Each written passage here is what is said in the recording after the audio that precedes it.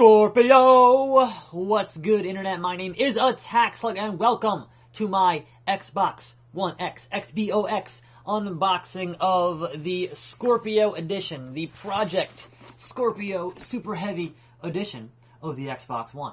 Also, my entertainment situation here needs some rewiring, so that will also be in this video. But it is very late on a Wednesday evening, so I'm going to unbox it, I'm going to hook it up, I'm going to get that transfer going, and then get the actual rewiring done tomorrow, when this video is going to go up, hopefully. Scorpio! I have cranked up all of my lights in here, all of my studio lighting. Got some code numbers and whatnot. Gonna get myself a box cutter and for the first time crack open this Xbox One X and see what's inside. I can say, even just from the outside of the box, it is super heavy. This thing, from what I hear, is super dense and definitely a marvel of engineering. What do we have here? Some Game Pass and some gold. Now, I'm good on gold until like August of 2018, so that's not very good to me, but I will definitely give that Game Pass a shot. Sure, why not? So that is 14 days of Xbox Live, which is basically nothing, and 1 month of Game Pass. And then here's your, hey, here's how to use the stand. Here's how to hook things up, and all of that fun little steps and whatnot. Here's where the power button is. Moving on to the box itself, it's in that like little plastic bag type deal. This is, I would imagine, the controller, perhaps, is in this bit of business. Maybe. Not sure what any of this is. We've got a power cable. No longer a giant brick deal, I don't think. I think it's all internal now, much like the PS4 is. We have our trusty, handy-dandy high-speed HDMI cable. And yes, this feels like, if I can get it open with one hand here, here we have a Project Scorpio controller. So that's the new stuff. This is obviously not the Elite, but it is definitely, you know, it is compared to the one I bought with the system, which was right after they removed the Kinect, and it went down to like 400. And this is obviously, it's no longer like this part is shiny on this thing. Like this is like, you know, you can see it's glossy, and here no longer the glossy. But also, this controller is a piece of crap. Like, it's got the right stick drift. It's got a problem where I hit a button and it hits it twice. And like, unless I plug it into the thing, it's a mess. That thing, I hate that thing. I have another one that I've been using for the PC, which works just fine. But that one, I hate that one. So this is a welcome addition to this room and this setup. And they were even nice enough to give me a pair of not for retail sale Duracell batteries, which is kind of whatever, because I have these Eneloops, which are pretty much the best rechargeables you can get. Highly recommended if you use AA batteries a lot. But putting that aside, let us... Wait, what's this? Bump-ba-da-bump-ba-da... What is this? Oh, the stand. I'm like, what in the world is this giant box for? What is this holding? It is holding the stand, which is only available in the Scorpio edition. I think you can buy it separately, but this particular stand is only available with this Day 1 Scorpio edition deal to stand it vertically, which I almost never do with my game consoles, unless it's a Xbox 360. Okay, the actual main event. Holy crap, this is heavy. They really packed some power, some vape chambers and whatnot into this thing. It is extraordinarily hefty. I'm going to be a little careful here to not drop things too much. I've heard a handful of reports of people having issues with their consoles not turning on day one, or they'll turn on, get through setup, and then not turn on anymore. So always a little wary of my consoles having issues. My launch PS4 had issues where it kept spitting out discs and just was having issues, so I had to get it replaced that first week, which was a giant pain in the ass. And then this Xbox here, actually, with the Kinect, not having the Kinect, had like a buzzing issue for about a month because they had to patch it in firmware because of the power draw whole thing. That was a nightmare. This is actually kind of awkward to stand like this and hold it like this, but man, this thing is like, it does not do it justice to explain how heavy this thing is. It is a brick and a half. Now, I know some people leave these stickers on their consoles, and I don't understand why. This one actually has a little tag saying, no, hey, tear me off, because there was one, it was like right here or right here, and you didn't have to tear it off, you can leave it on there. This one's saying, no, hey, you need to tear it off, because that's how it's supposed to go. Like people who leave the plastic on like the edges of their monitors and whatnot, that kind of thing is always weird to me. Like, no, take it off. It's intended to be taken off. That's kind of the whole point. Anyway, Scorpio. So there are the holes that you would put in the stand and whatnot. So here is your quick size comparison compared to the original VCR-sized Xbox One. So not only is it way more powerful, it is actually smaller, both in the width and the length of that Xbox. So basically, I'm going to put this right here, plug it in, hook up the Ethernet, and then do the transfer thing so I can have it transferred over from everything on here onto here. And then this will actually obviously go here. This will go back in the box because, honestly, what else do I do with it? And you can see, it's kind of been a busy fall season. That's an SNES Classic, by the way. Small change of plans. The wires from there were not going to reach my HDMI switch box, so I had to put it on top of the PS4 Pro, which is now unplugged to plug in the Xbox One to get this whole transfer thing happening. This evening, it should be an adventure. So let's do the, obviously, first thing we do here is hit the power button for the first time. Fingers crossed, please don't be a dud. It made a sound. It made a sound. So then we head over to the TV. And there it is. Scorpio. Oh, there we go. My apologies for the glare here. There we go. Controller. On. A button. Oh, okay. So here is our setup. I'm going to hopefully get this thing set up to transfer from the other Xbox to this Xbox. And then back tomorrow for this rewiring nightmare. Day 1 update was about 782 megabytes. Alright, got that local network transfer of about 300 gigs or so. So this might take, I don't know, the rest of the evening, I might imagine. So, you know, good times. It is now Thursday. Everything is shut down, and I am ready to bust some dust, because things are, you know, a little bit dusty back here. So that's kind of the plan, is to get this all dusted, get this one down here, box the bottom one in that box, dust them things, get it on this sheet I can just toss in the wash and not get my bedspread all dirty and dusty and whatnot, and move the desk, vacuum, clean the window, you know, all those spring cleaning, fall cleaning, whatever things. So let's rock and roll.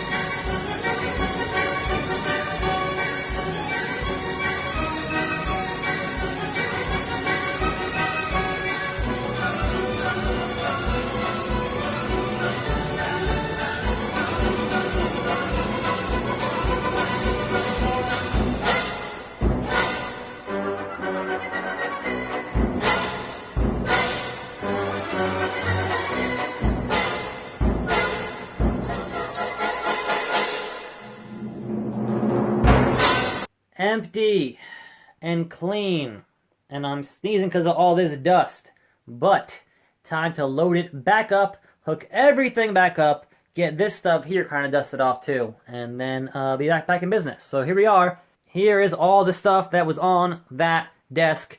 I somehow managed to make really good use of all that space. All those years of playing Tetris finally paying off. 3 hours later, so not too much has changed here. Got your Xbox One X, PS3, Xbox 360, modem, Wii U, and that PS4 Pro, and the Switch is kind of down in here. I want to put the Switch up here on this box, but the power cable is not long enough to hit down to my big power mess of wires here. And honestly, having 6 systems and 2 monitors and this monitor and everything else means that you're always going to have just a lot of freaking wires. It is unavoidable. Now, what I need, my next upgrade is, I got to get rid of this 2-port switch and get a 5-port or an 8-port back there to say, all right, is everything plugged in? But here's the problem.